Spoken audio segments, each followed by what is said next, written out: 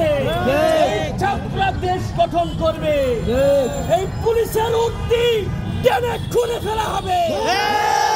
Police কিভাবে এখন লাঠিচার্জ করে, জল কামান ব্যবহার করে। আমরা গত সপ্তাহেও দেখেছি ঢাকা বিশ্ববিদ্যালয়ের কার্জন হল এলাকায় পুলিশ ঢাকা বিশ্ববিদ্যালয়ের ছাত্রদের উপর নির্মম হামলা করেছে।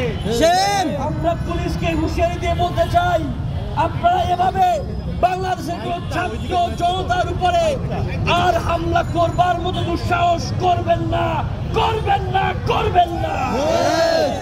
আপনাদের গায়ে 2000 শহীদের রক্ত লেগে আছে, 30,000 আহত ভাই বোনের রক্তে আপনাদের পোশাক লাল হয়ে আছে। বন্ধুগণ, এখন আমাদের ইবতিদায়ী মাদ্রাসার শিক্ষকদের সঙ্গে সংহতি প্রকাশ করবেন বৈষম্য বিরোধী ছাত্র আন্দোলনের সমন্বয়ক ঢাকা বিশ্ববিদ্যালয়ের শিক্ষার্থী রৌনক জাহান।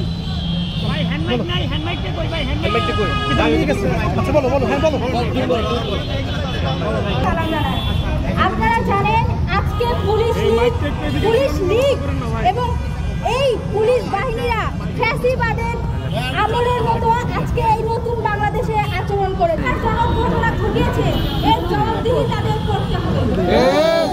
আমরা মনে করি পুলিশ বাহিনীর এই আস্পর্ধার জন্য স্বরাষ্ট্রমন্ত্রী, স্বরাষ্ট্র উপদেষ্টার নিরবতা দায়ী।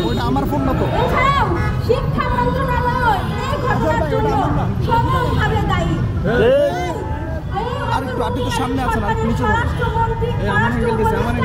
এবং শিক্ষা মন্ত্রণালয় জবাবদিহি করতে হবে।